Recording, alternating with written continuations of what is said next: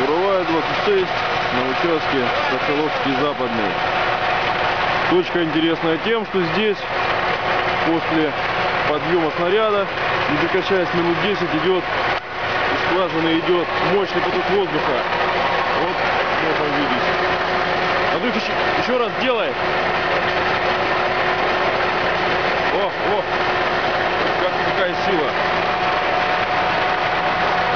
Видимо, вскрыли какие-то подземные сообщающиеся частоты, открыли выход мощному подземному сквозняку. Ты смотри, эту перчатку засосет еще туда.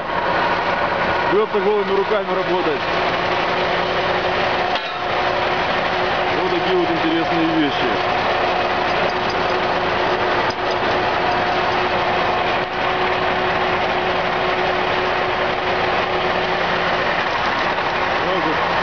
Как трубу обдувает, аж пыль с нее летит.